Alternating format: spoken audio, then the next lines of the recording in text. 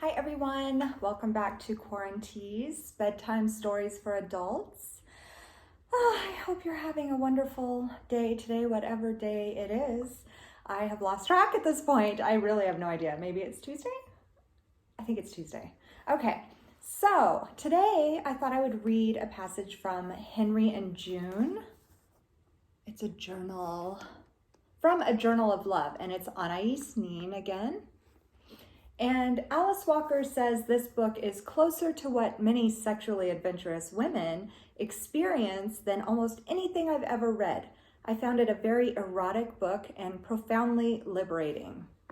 I mean, eroticism and liberation sound like great things to me right now while in isolation. So I hope you enjoy this as well. And the passage that I'm going to read is, it's a letter from Henry to Anais, and I thought it was just lovely. And actually, I might be reading a few of these from this book in the next couple of days, and maybe I'll just wear what I'm wearing. So if I look the same, that's why. But we'll see. We'll see how I feel if I get through this. It's a longer one. All right, here we go. I am fascinated by the activity in his head, the surprises, the curiosity, the gusto, the amorality, the sensibilities, and the rascalities. And I loved his last letter to me. Don't expect me to be sane anymore. Don't let's be sensible. It was a marriage at Lavoisienne. You can't dispute it. I came away with a piece of you sticking to me.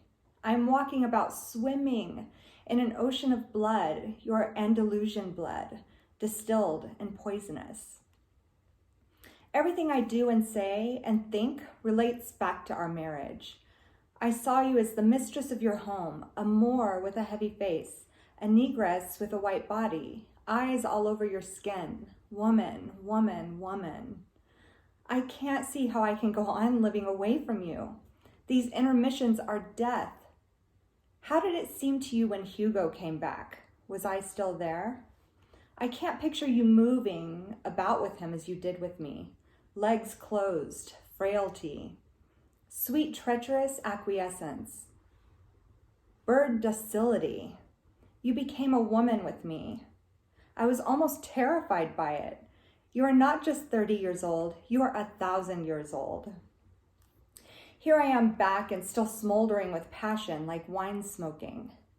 Not a passion any longer for flesh, but a complete hunger for you, a devouring hunger.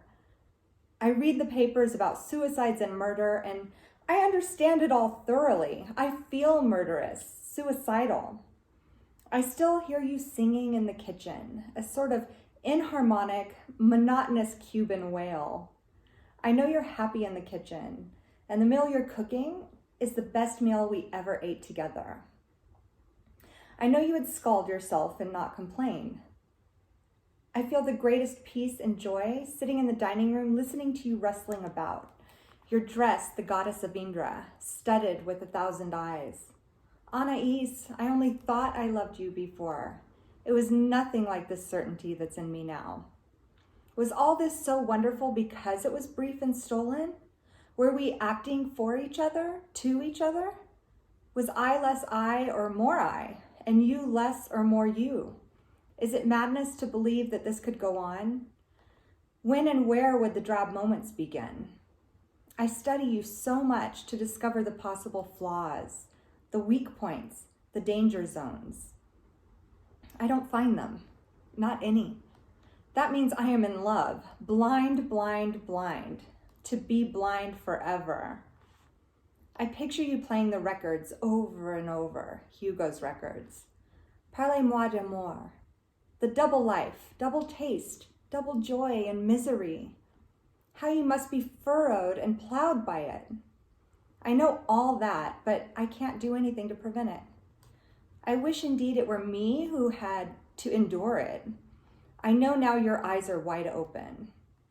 Certain things you will never believe anymore. Certain gestures you will never repeat.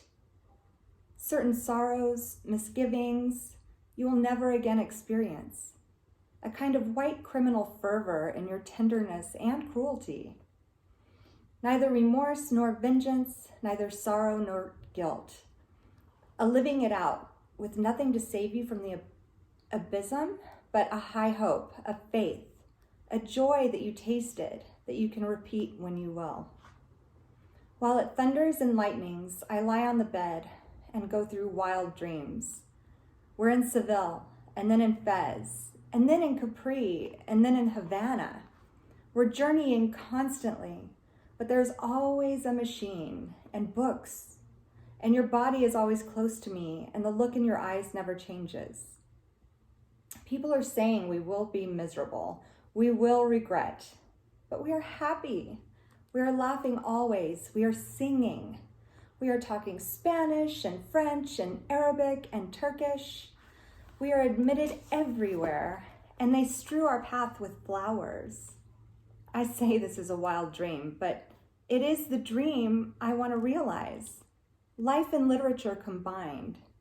Love, the dynamo. You with your chameleon soul, giving me 1,000 loves. Being anchored always in no matter what storm. Home, wherever we are. In the mornings, continuing where we left off.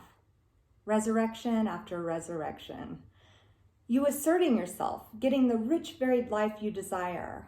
And the more you assert yourself, the more you want me, need me. Your voice getting hoarser, deeper, your eyes blacker, and your blood thicker, your body fuller. A voluptuous servility and tyrannical necessity. More cruel now than before? Consciously, willfully cruel. The insatiable delight of experience. So I don't know about you, but after this isolation thing, I want more romance and sensuality. So maybe we can all work on that, and maybe this is a good start. All right, hope you're having a great day, and we'll have a good night, and I'll see you all tomorrow. Mwah!